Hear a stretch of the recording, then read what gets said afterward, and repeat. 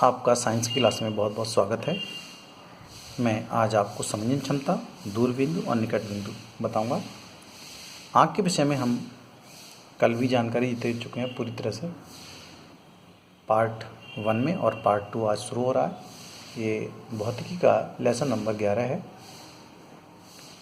समंजन क्षमता क्या होती है, इसको समझने की कोशिश करते हैं, और ये हो नहीं सकता आपकी समझ में नहीं आए। देखिए क्या समंजन क्षमता, मांसपेशियों द्वारा नेत्र लेंस की फोकस दूरी को आवश्यकता अनुसार परिवर्तित करने की क्षमता को नेत्र की समंजन क्षमता कहा जाता है। जब नेत्र अनंत पर स्थित वस्तु को देखती है तो नेत्र पर गिरने वाली समांतर किरणें नेत्र लेंस द्वारा रेटिना पर फोकस हो जाती हैं तथा वस्तु नेत्र को स्पष्ट दिखाई देती है या देख पाती है। ठीक है। और दूसरा इधर पृष्ठ पे देखेंगे, नेत्र लेंस से रेटिना की दूरी नेत्र लेंस की फोकस दूरी कहलाती है। इस स्थिति में मांसपेशियां ढीली रहती हैं तथा फोकस दूरी सबसे अधिक रहती है, और जब वस्तु को नेत्र के पास लाते हैं तो मांसपेशियां पक्षमावी सिकुड़कर लेंस की फोकस दूरी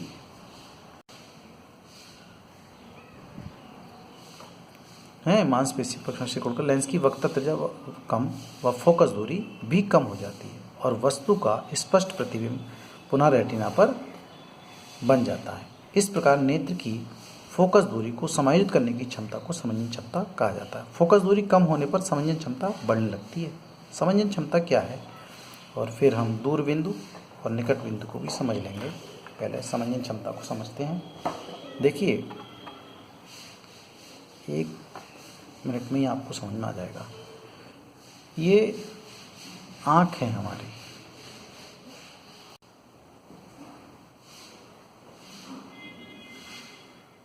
ये आँख हो गई। ठीक है। और मैं आँख का थोड़ा आइडिया बता रहा हूँ आपको। और ये लेंस जो होता है ये हमारा कार्निया हो गया। लेंस जो होता है वो मांसपेशियों के बीच स्थित होता है। ये पक्षमावी पेशियाँ जो बोल रहे हैं हम, ठीक है, उसमें होता है स्थिति। अब देखिए इसमें आँख है तो आँख किसी दूर स्थित वस्तु को देख रही है। तो जब दूर स्थित वस्तु को देखती है तो यहाँ से चलने वाली जो किरणें हैं वो समांतर किरणें आती हैं।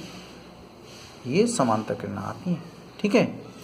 और समांतर किरणें जब आएंगी तो ये दूरी कहलाएगी आपकी अनंत, और मांसपेशियां इसमें ढीली हैं, मतलब रेस्ट की पोजीशन में, इस पर कोई दबाव नहीं डाल रही है लेंस पर, और इसका प्रतिबिंब जो है वो रेटिना पर बन जाता है इस तरह से।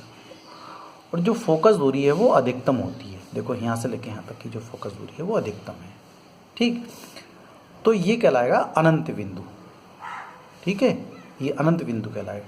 और अब मान लिया आँख जो है यही तुरंत हम थोड़ी देर में ही हम अपने पास वाली वस्तु को देख रहे हैं, यहाँ कहीं पास वाली वस्तु को, तो लेंस ये है और अब ये दबाव डालेगी। जब पास की वस्तु को तो दबाव डाल रही है आँख पर, ये लेंस पर दबाव डाल रही है, और पास में स्थित जो वस्तु है उसका प्रतिबिंब उसको देखना है, तो कितना पास लाएंगे, ला रही है। तो अब फोकस दूरी इसकी कम कर दी। तो किसने फोकस दूरी करी? पक्षमावी पेशियों ने। सिलरी सिस्टम कहलाता है ये। ठीक है।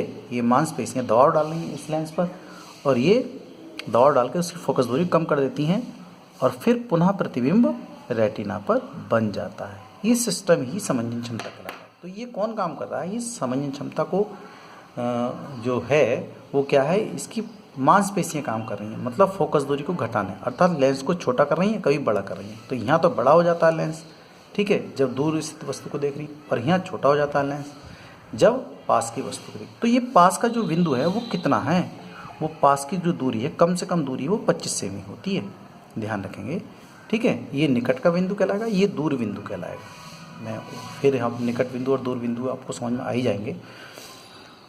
कारण क्या हुआ देखें फिर दोबारा, जब हम बहुत दूर स्थित वस्तु को देखते हैं तब भी हमें दिखाई देता है, बहुत दूर पेड़ है तब भी हमें दिखाई दे रहा है, और अगर हम पास में देखते हैं, किसी किताब को पढ़ रहे हैं, अक्षर को पढ़ रहे हैं, तब भी हमें दिखाई दे रहा है। इसका मतलब हमारी आँख स्वस्थ है।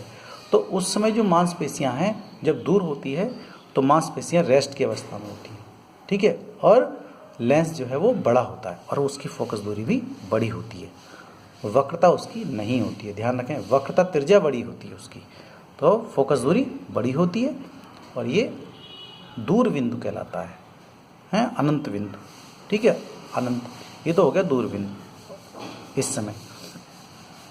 अब दूसरी बात आ रही है, जैसे ही पास में आकर के किसी वस्तु को देखती है आँख हमारी, कोई पास की वस्तु को देखती है, तो जो मांसपेशियां हैं वो दबाव डालती हैं किस पर, लेंस पर, और दबाव डाल के क्या काम करती हैं, इसकी फोकस दूरी को घटा देती हैं, ठीक है, और पुनः प्रतिबिंब हमारा रेटिना पर बनता है और हम आराम से देखते हैं उस अक्षर को, ठीक है।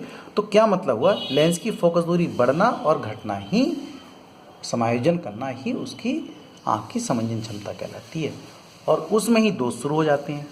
जिसकी आँख में भाई मांसपेशियाँ अपना वर्क नहीं कर रही हैं सही, तो दूर की वस्तु भी बढ़िया नहीं दिखाई देती किसी किसी व्यक्ति को, और पास की वस्तु भी दिखाई नहीं देती है, तो उसी में दोष शुरू हो जाते हैं। इसका मतलब मांसपेशियाँ उसकी शिथिल हो गई हैं, काम करना बंद कर दिया, ठीक है। तो उसको भी देख लेते हैं हम।